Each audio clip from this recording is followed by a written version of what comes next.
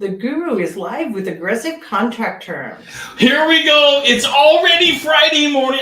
This week has just went by like crazy. The market is flying. It's amazing what's happening out there. And getting buyers to have an accepted offer is even harder than ever before. And that's why we're talking about aggressive offers. How do you make your offer more aggressive, more tantalizing, more titillating, if you will, more aggressive than anybody else, because you know you're facing about 20, 30, 40 dozen other people out there in the marketplace. You're facing cash offers, people with huge down payments, people that are overbidding. And how do you face that when your client can't overbid so far? And how do you keep it where they are still getting a good deal for the house in this crazy seller's market? We're taking this thing apart today. We're going to talk about aggressive offers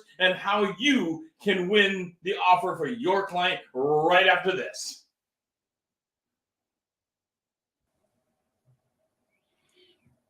So, Rod, what does it mean? 7 minutes to a new career.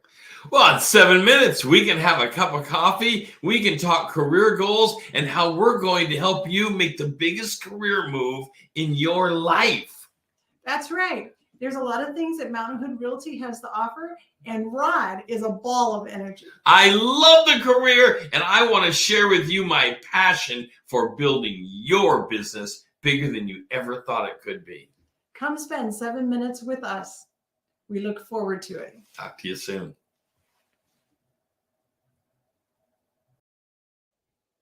The guru is back with escalation clauses. Okay, we're talking aggressive offers. Everybody grab their cup of coffee because we are talking the concepts of aggressive offers that tend to make people a little nervous. It tends to make people even angry on the other side. Your client can be nervous. The other side can be angry about it. It gets a little crazy out there, but we keep our cool hat on. We can pull this off. Let's talk escalation clauses. Now, this is a controversial topic. There's a lot of people in the market that absolutely, and I'm going to use the term, hate them. A lot of people in the market simply feel like they shouldn't exist. Now, there's a good way to write an escalation clause and a bad way to write an escalation clause. Today's not the day to talk about how to write the escalation clauses. We have other videos on escalation clause concepts. But one way to be aggressive in the market is to include an escalation clause. So what is an escalation clause? An escalation clause is that thing where it starts off with, and let's just say $400,000. And you say, we will go up in $1,000 increments above any offer that comes in up to a maximum of, let's just say $420,000. So the problem is you are showing your hand. And this is part of the problem. And part of what the other side hates about them is, well, if you can afford 420, why aren't you somebody bidding 420? Because everybody wants a good deal in the market. Anyway, so escalation clauses. They are a good tool to have in your tool belt in this crazy market. Probably half the brokers out there don't like them.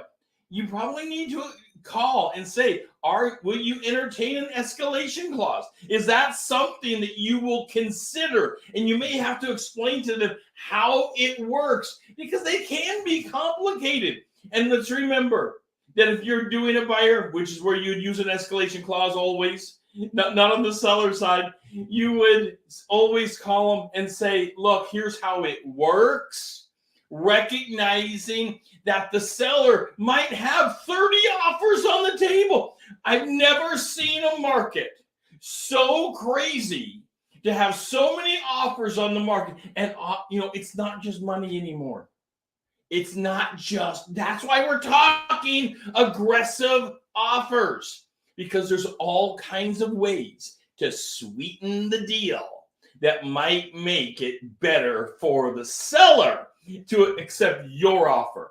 All right, let me grab a sip of coffee this morning. I hope you got your coffee. It's a Friday and we are moving forward. Okay, next way to get aggressive. Shortened timelines. Shortened timelines. Can you shorten the period from offer acceptance to closing and money in the pocket of the seller? Now, there is a way to do this. Of course, you're going to have a completed lender application. If you don't have a completed lender application, you're definitely not shortening the timeline. You might shorten something like something internal to it. So that internal component, like an inspection period, but that doesn't really shorten the timeline. Ultimately, I mean, it's a sweetener. Shortening periods of inspection, and we're going to talk, are absolutely sweeteners, but it doesn't shorten the whole period. To shorten the whole period, you're going to have to talk to the lender. Get the lender on board, get a fully approved application in your buyer's pocket. This is a way that you can absolutely shorten things. Also, waive repairs. Okay, let's talk about the concept of waiving repairs. Again, a very controversial topic, but something we have to start to deal with when it comes to aggressive offers. Never, from your guru, never waive your inspection ability, because the inspection puts the buyer on notice of what they want. But you might want to waive that you'll request any repairs. This is a manner in which to strategize. You cannot waive the appraisal and the repairs requested by the appraisal. You can't waive that, but you can waive your own repairs and what you would request. Okay, so you've got a little strategy going on here. You know the minimums are going to be taken care of probably on the appraisal. You kind of crossed our fingers there. Some appraisers are better than others. We all know that. Just like some inspectors are better than others. You can waive the fact that you will request any repairs. You're not waiving the fact that you might walk away from the whole deal. You're just not going to ask for a repair. Which, let me tell you, the trick here behind the scene is you say, thank you so much. I said I wouldn't request any repair. I'm walking away. And you file with them to walk away. Often, the other side, in order to keep the deal on the table, will say, hold on. Is there something I can do for you? Well, now, I said I wouldn't request any repairs, but if you would like to keep the deal alive and on the table, here's what you do. Now, you can't guarantee that, because they do have other offers. In this market, you have to assume they have a bunch of other offers on the table, and they're reviewing everything. So always be aware there's likely many other offers sitting on the table. Okay, let me get another sip of coffee this morning. Take a minute and like the show. It's a Friday. Make my weekend and like the show. Pardon me. So take a second, like the show. Also, send me a comment. How do you sweeten the offer better than someone else? Of course, understanding the mental, what's going on mentally with the seller would be wonderful. We don't always know that. But how do you, send me a comment, how do you sweeten the offer? What do you do to do it? Because we are in such a competitive offer situation right now that how do you sweeten something? That is just so difficult. Also, I would love it if you'd follow us on social media. And if you're at YouTube, on YouTube, hit the subscribe button and it opens up something special for you. It opens up the Guru members only events where we help you build your business larger than ever imagined before. All right. Offer the seller to stay past the closing date. Now, this is something that lots of sellers want. They're pushed on the timeline. They can hardly believe that they're having to get out, and they think they're going to have to go rent an apartment because they sold their house and their other one's not ready to go. They really don't know what to do. In your offer to sweeten it, and you got to make it bold in there, that you will work with them for a month. maybe with no rent back. Now, be careful. You're going to want them to keep insurance on the property. Absolutely. You're going to want them to keep insurance on the property. But one way to sweeten it is to offer it with no rent back. I would love to hear from you in the comments. What do you think about offering something for 2, 3, 4 weeks with no rent back? What does that mean to you?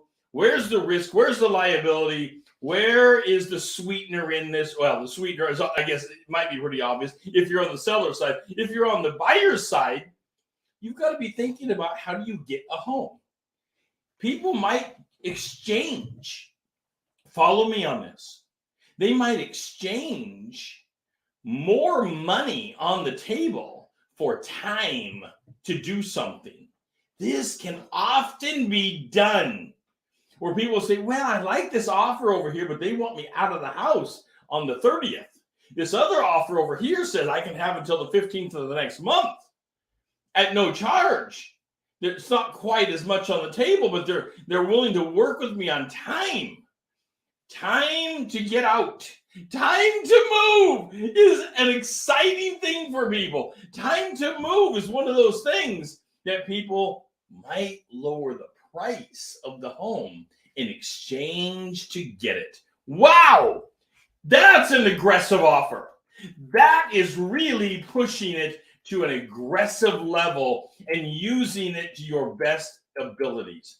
Now, we all know the general rule out there is that you have to take possession under most loan types within 60 days. So be aware of that. Be cautious with it. There's always those pieces sitting out there on timelines. And nowadays, lenders are watching. Lenders are watching, so be cautious with it. Okay, so have the lender talk to the seller. This is nice.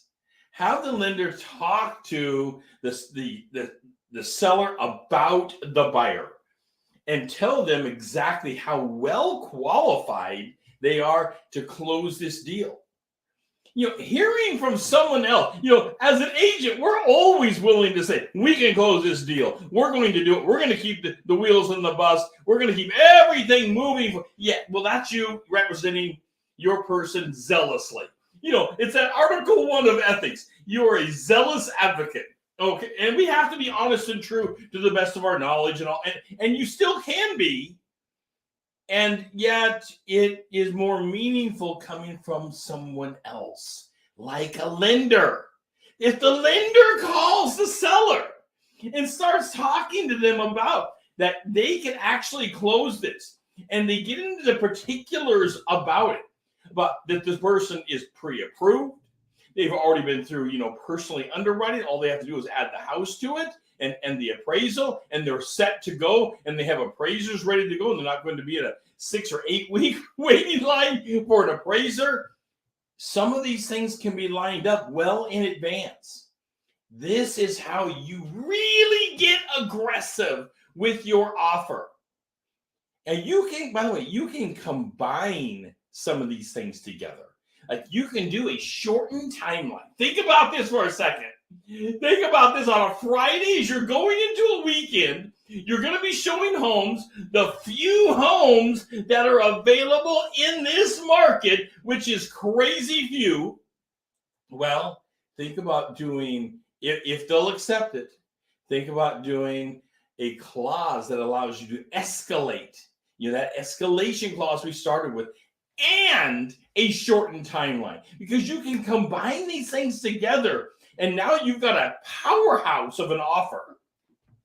You've got an offer that even though it may not be the highest price on the table, it might be the most powerful offer. Now, of course, what you want to do is you want to call up the other agent and have a conversation with them. Let's start learning about what are the motives. You want to go through the standard thing of motive, intent. What are the interests as to what's going on? Identify the issues and the problems happening. What are the pressure points?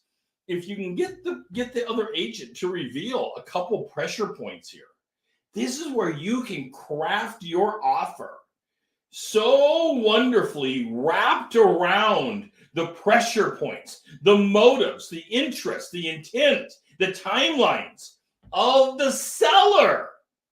In this market, the best offers out there. I'm talking, you want to be the best? The best offers are wrapping themselves around the timelines, interests, and motives of the seller. I know, we can't forget about our poor little buyer. We can't forget about the buyer who we're actually representing. But part of representing our buyer is aligning for them a manner in which to win. I want you to win for your buyer. We are in a service industry. Of course, I want you to grow your business bigger than I ever imagined. Okay, we've all got that.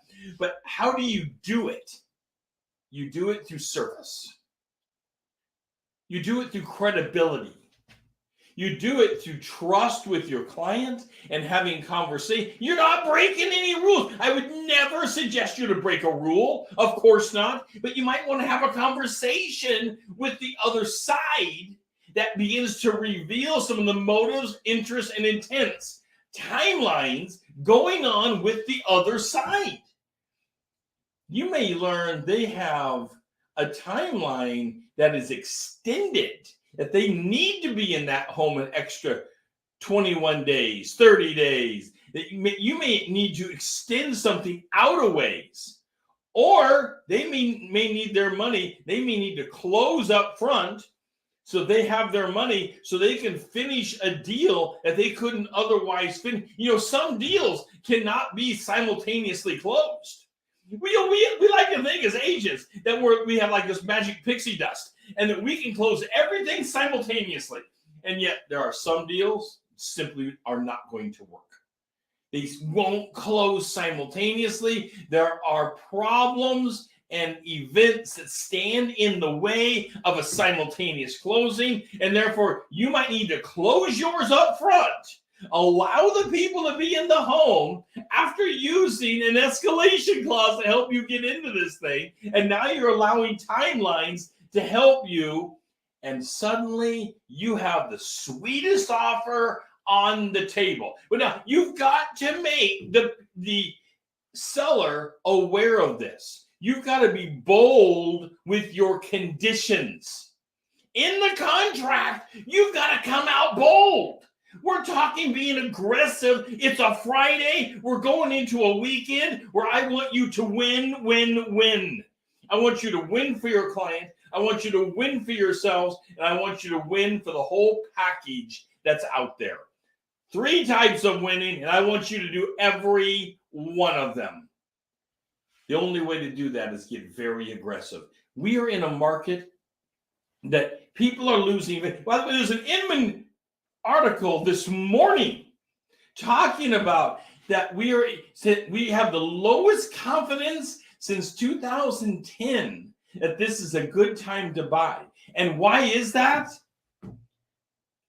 I believe, this is your guru speaking, I believe people have lost confidence that they can win an offer because the market is crazy hot.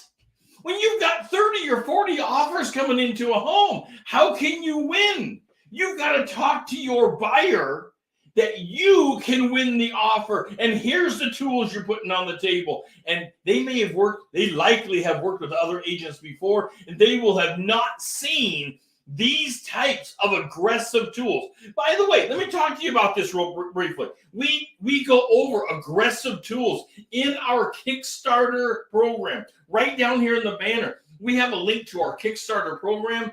One of the things that we coach on and go over and have a whole module component on is aggressive ways to win an offer. This is something we coach for because this market isn't ending anytime soon. And you always have to have aggressive toolkits, aggressive tool sets on your tool belt. I don't care what kind of market it is. Someday we're going to be back in a buyer's market. Just wait and see. Of course, we're going to be back there in a few years. And you're going to still need aggressive toolkits Because remember, in a buyer's market, it's just the opposite. It's where you have very few buyers, and you have a ton of homes for sale. Well, that's not like today, where we have almost nothing for sale. But in a buyer's market, you have a ton of homes for sale. Well, aggressive toolkits will simply be flipped on their head and used in reverse. We'll be talking about that on another show. But right now we're talking about getting the offer from the buyer over to the seller accepted. And one way we have, well, multiple ways we have to do it. And that is through aggressive means of acceptance. And that is aligning ourselves with the seller's motives, intents, and interests. This is incredibly important to align ourselves.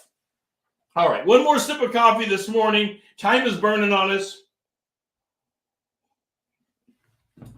All right, we're going to go into something that people are uncomfortable with. Remember, we started off with the uncomfortable escalation clause. And now we're going to go into something that people are very uncomfortable with. Offer a bonus to the seller. And you've got to know several things going into this. There's a way to offer the bonus to the seller. Remember, we're in a hot market now. This is a crazy hot market. You offer a bonus to the seller. Like, for example, you might release half the earnest money to them for simply accepting your offer. You can release it early and simply say, you accepted our offer. No matter what happens, here's the earnest money. Here's half the earnest money. There's other aggressive ways to do this. You can offer bonus money for simply reviewing the offer, but there's a whole criteria you'd want to prove for reviewing and what's going on there. We're not going to go into that today. But think about it today, that you are releasing earnest money or bonus money above and beyond. So you have your earnest money. Let's just say it's $5,000, and you can say to the seller, "We will give you an extra $2,000 for accepting our offer." This is up and above and beyond the price of the home. Obviously, it's part of the price of the home. By the way, that's the secret behind the scene. It's obviously part of the price, but technically, your buyer's going to have some cash to pull this off.